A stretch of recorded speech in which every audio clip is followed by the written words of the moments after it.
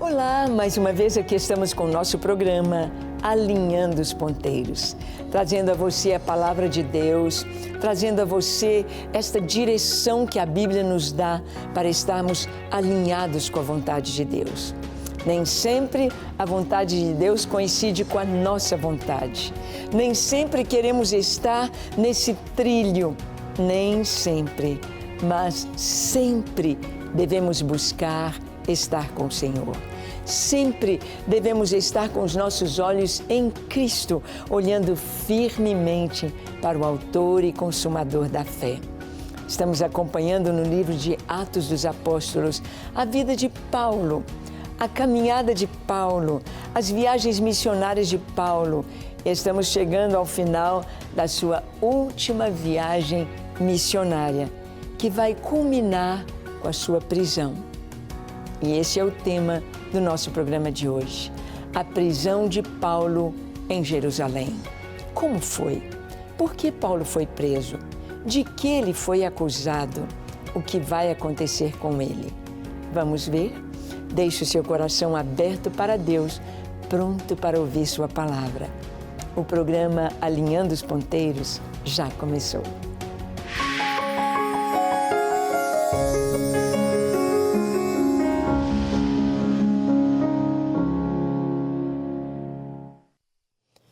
Muito bem, nós sabemos que a vontade de Deus ela é boa, ela é perfeita, ela é agradável. E quando nós mergulhamos na vontade de Deus, mesmo que as pessoas pensem, uau, mas Deus conduziu a isso. Deus permitiu que Daniel fosse lançado na cova dos leões. Como ele se sentiu ali? Como era essa cova dos leões? Talvez uma caverna com os degraus e lá embaixo os leões? Possível. Como seria? Será que a vontade de Deus é que aqueles 3 jovens fossem lançados atados dentro do fogo? Dentro da fornalha ardente do rei Nabucodonosor? Sim, Deus usou o testemunho destes jovens, de Daniel, para mostrar que nunca devemos parar de orar. Em nenhuma circunstância, mesmo que o mundo nos obrigue, continuemos firmes. Aqueles 3 jovens lançados ao fogo porque não queriam se prostrar diante da estátua do rei Nabucodonosor. Não deixariam seu Deus, não deixariam a sua fé, mas estariam firmes.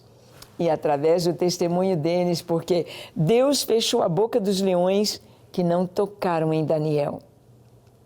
E Deus anulou a força do fogo, enviando seu anjo, enviando a sua proteção, próprio Jesus, com aqueles 3 jovens, Ananias, Misael e Azarias, cujos nomes tão lindos foram mudados para Sadraque, Mesaque, Abdenego. Ali estavam, em Babilônia, dizendo, adoraremos o Deus de Israel. A vontade de Deus. Muitas vezes nós somos usados pelo Senhor para irmos até os confins da terra, anunciando a glória do Senhor, e mesmo que seja tão difícil, mesmo que pareça algo tão tremendo, nós devemos estar no centro da sua vontade.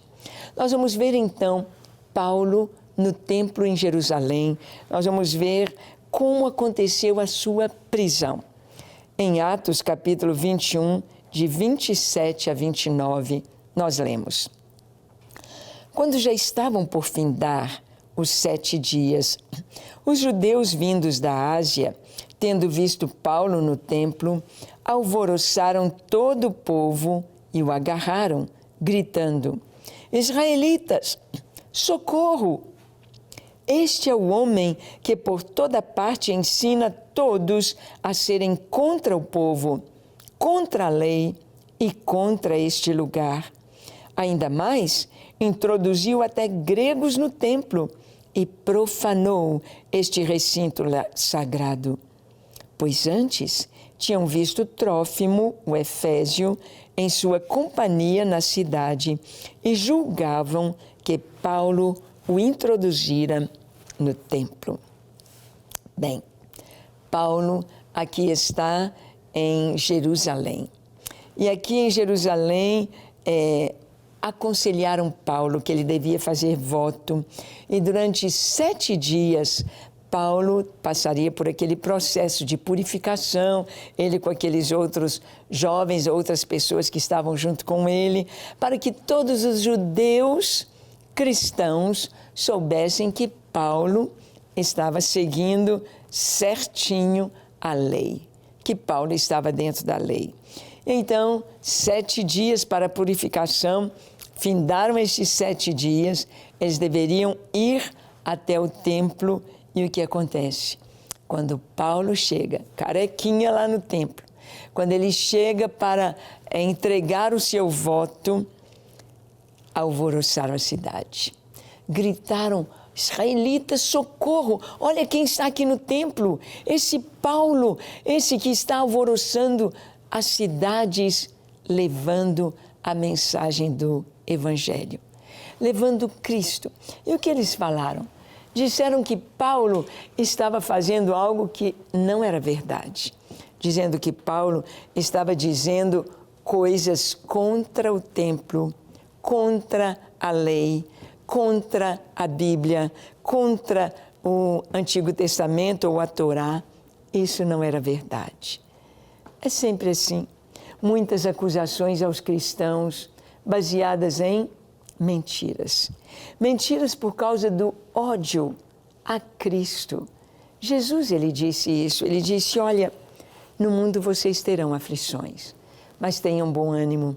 Eu venci o mundo. Vocês irão vencer. Jesus disse: o mundo me odiou e vai odiar vocês também.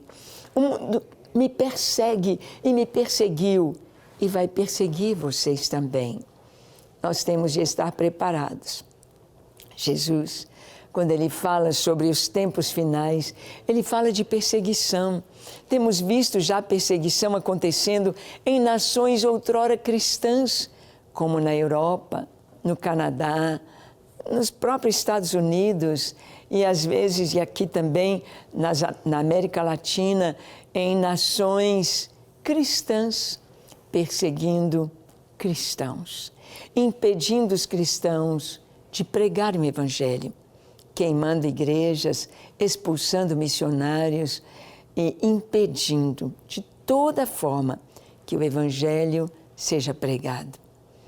Uma perseguição à palavra de Deus, uma perseguição aos símbolos cristãos, uma perseguição direta. E gritaram, né? Esse é o homem que por toda parte ensina todos contra o povo, contra a lei e contra este lugar. Absolutamente. Paulo não pregava contra o povo, mas trazia uma mensagem para o povo. Uma mensagem de fé, uma mensagem de esperança, uma mensagem de salvação, uma mensagem de vida eterna. Paulo não pregava contra a lei, ele mostrava o cumprimento da lei, de todo o Antigo Testamento, em Jesus de Nazaré, em Jesus o Messias, o Filho de Deus, trazendo a salvação. Paulo não pregava contra o templo, mas ele mostrava que nós somos o templo do Espírito Santo. Ele mostrava que agora não precisava de apenas a reunião em um lugar físico, mas em qualquer lugar do mundo. O Senhor está presente, porque nós somos o templo. Deus não habita em templos feitos por mãos humanas, não seria apenas aquele lugar em Jerusalém, o lugar sagrado. Mas nós vamos ver que agora a presença de Deus, a Arca da Aliança, a presença do Senhor está em nós. Paulo vai dizer: não sabeis, sois o templo do Espírito Santo, que habita em vós. Nós vamos ver que Jerusalém toda vai se amotinar por causa de Paulo. Como aqueles homens gritaram: esse homem por todo lugar prega contra o povo, contra a lei, contra o templo. Socorro! Então, todo mundo ouviu aquele grito: o que é isso? O que está acontecendo? Vamos ver Atos 21, 30, 31, nós vamos ver que Jerusalém se amotina por causa de Paulo. Diz a palavra: agitou-se toda a cidade, havendo concorrência do povo, e agarrando a Paulo, arrastaram-no para fora do templo, e imediatamente foram fechadas as portas. Procurando eles matá-lo, chegou ao conhecimento do comandante da força que toda Jerusalém estava amotinada. Bem, agitou-se toda a cidade, havendo concorrência do povo. Veio todo mundo com aqueles gritos, com aquela palavra: olha, esse aqui é Paulo. E agarraram Paulo e foram arrastando Paulo para fora do templo. Será que, Paulo, vem com a gente aqui? O arrastaram com violência. Queriam matá-lo, queriam matar Paulo.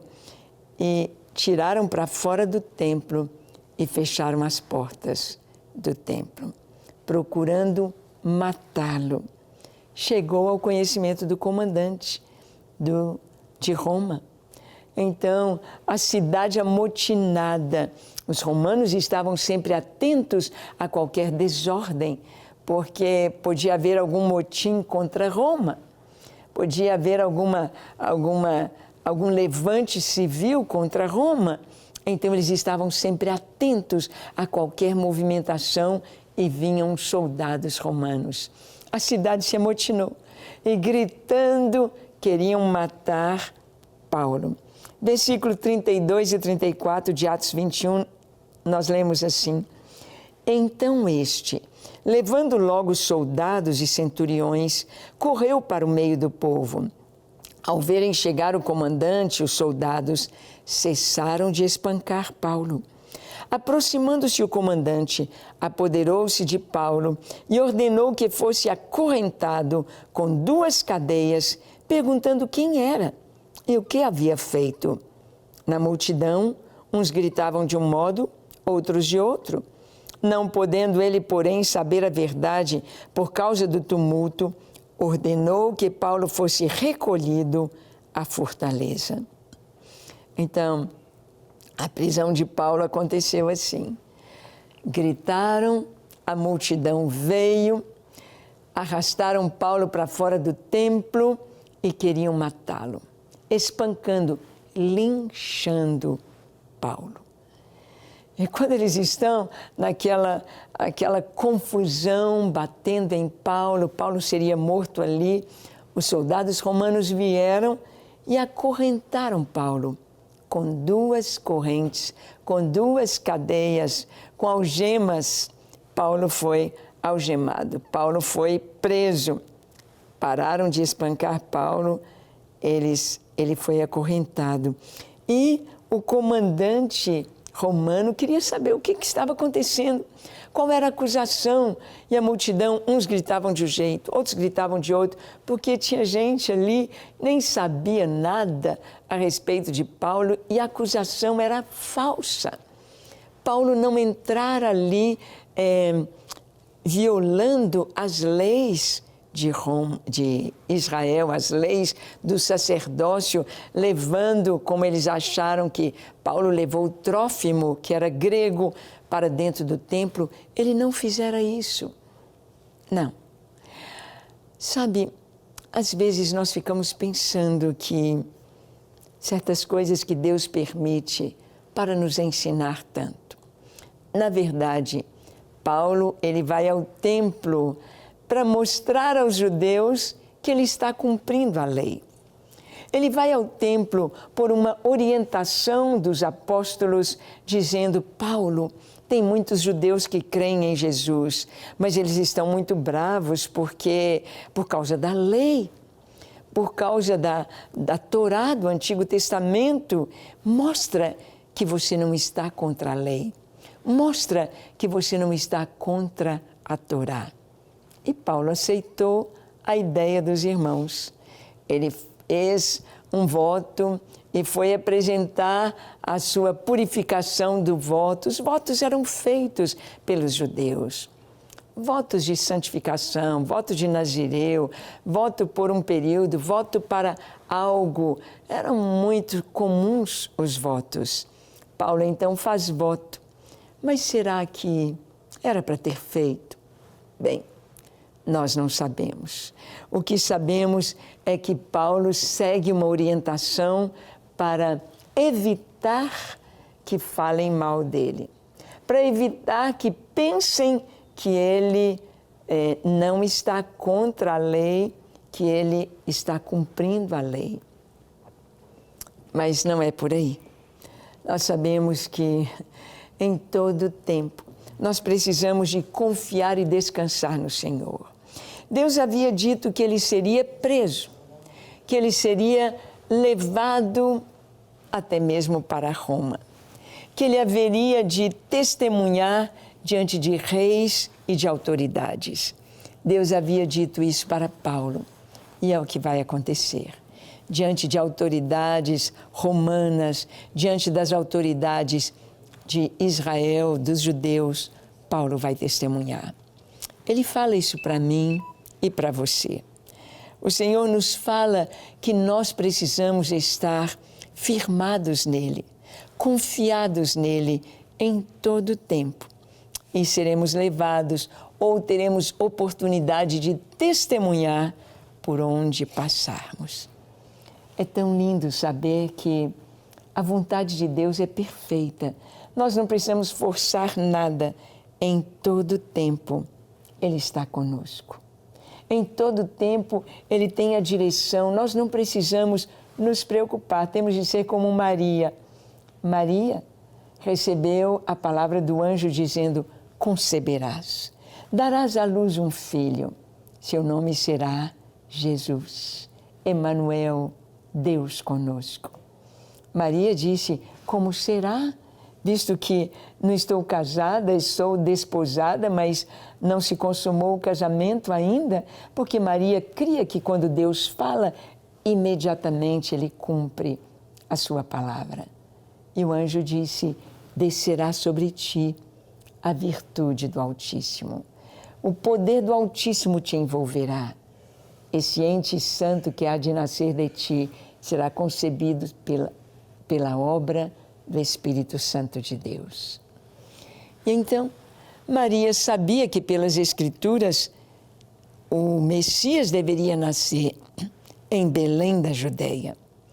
Maria não forçou, ela não disse: oh, José, temos de ir para Belém, o bebê tem de nascer em Belém. Não. Se Deus começou a boa obra, Ele vai terminar. Se Deus disse para ela que o Filho de Deus, que o Messias prometido, estaria no seu ventre, ela esperaria no Senhor. E Deus move a história. Deus vai lá no maior homem, no mais importante da época, em César Augusto.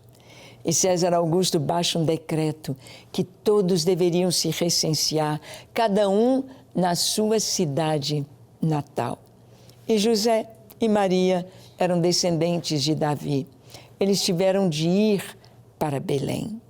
E quando chegam, exatamente no dia, no momento em que Jesus nasce, vai nascer naquela noite. Porque Deus guia. Maria creu, Maria descansou. E assim nós devemos fazer também.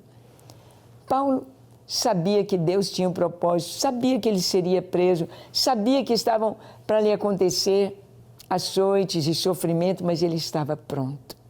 E vamos ver aqui a ira da multidão em relação a Paulo, quando ele foi preso.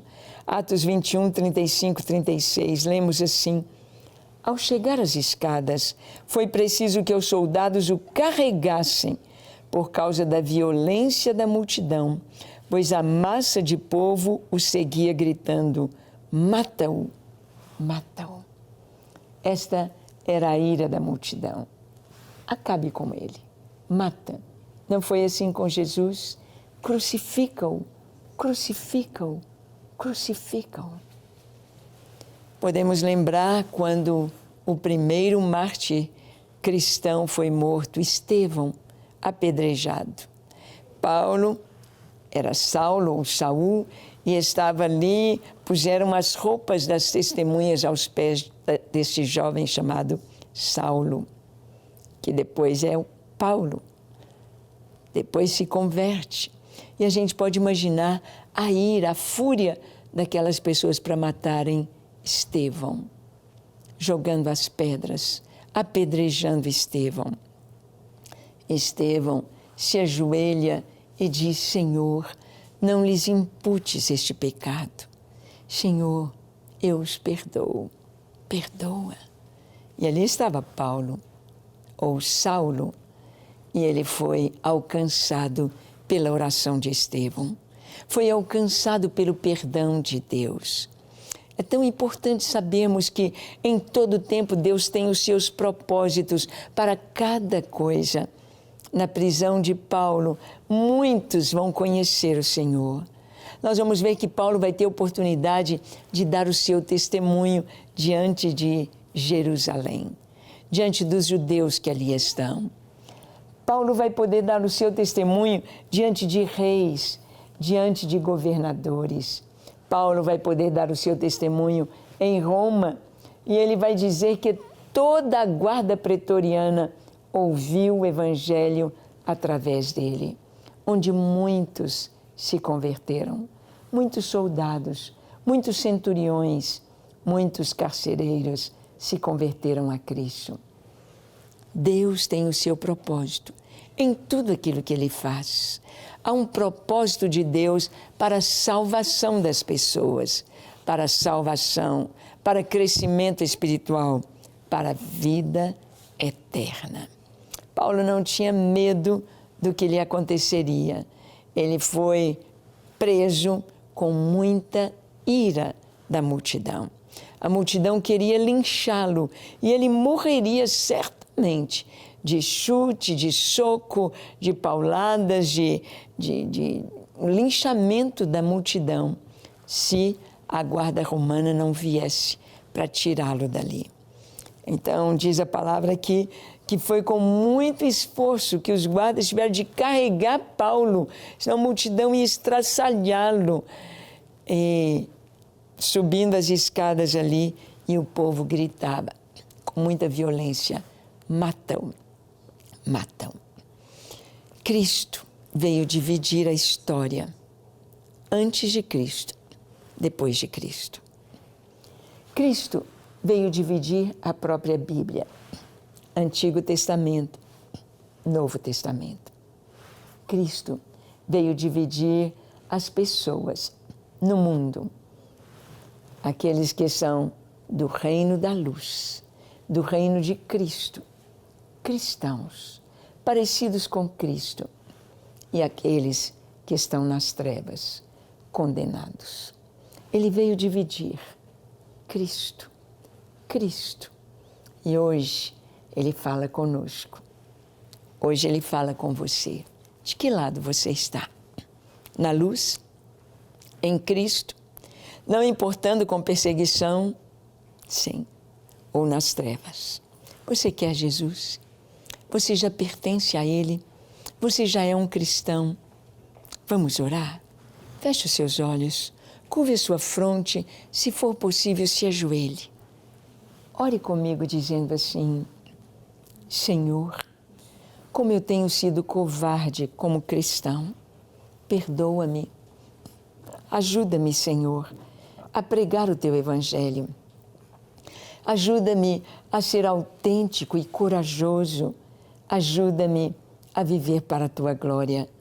Ajuda-me, dá-me o Teu perdão, a Tua graça.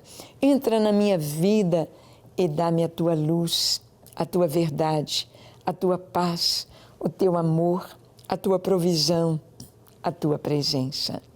Eu me entrego a Ti para ser inteiramente Teu enquanto eu viver. Unge-me, usa-me, transforma-me, encha-me com Teu Espírito Santo. Eu te peço, em nome de Jesus. Amém, amém e amém. Graças a Deus. Que você possa viver cheio de coragem, de ousadia, de fé, de amor. na presença deste Deus maravilhoso. Ele nos ama e vale a pena pertencer a Ele. Deus te abençoe ricamente e até o nosso próximo encontro, quando aqui estaremos compartilhando com você a Palavra de Deus. Até lá!